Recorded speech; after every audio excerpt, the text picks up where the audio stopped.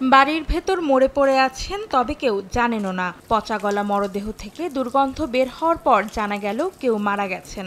এমন তথ্য প্রায় শোনা যায় এশিয়ার উন্নত দেশ জাপানে। সেখানে অনেকেরই নিজের বাড়িতে একা একা মৃত্যু হয়। জীবনের শেষ সময়টায় একজনকেও পাশে পান না তারা। জাপানের পুলিশ জানায়, শুধুমাত্র এবছর জানুয়ারি থেকে জুন মাস পর্যন্ত 40,000 মানুষ একাকিত্বে মৃত্যুবরণ করেছেন।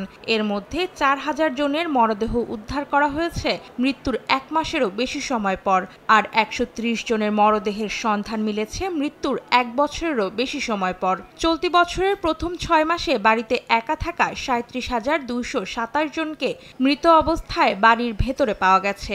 এর মধ্যে 70% বয়সী 65 বছর বা তারও বেশি।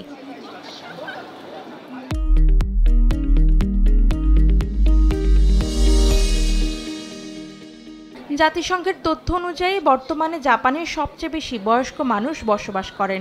দেশটির জাতীয় জনসংখ্যা এবং সামাজিক নিরাপত্তা গবেষণা ইনস্টিটিউট এবছরের শুরুতে এক প্রতিবেদনে জানায়, 2050 সালে একা একা বাড়িতে থাকা মানুষের সংখ্যা 1 কোটি পার হয়ে যেতে পারে। মূলত জাপানে জন্মহার কমে যাওয়ায় বয়স্ক মানুষের সংখ্যা বেড়েছে। দেশটির অনেক মানুষই বিয়ে করেন না, যে কারণে শেষ বয়সে এসে তাদের দেখার মতো আর কেউ থাকেন না বলে মত বিশ্লেষকদের।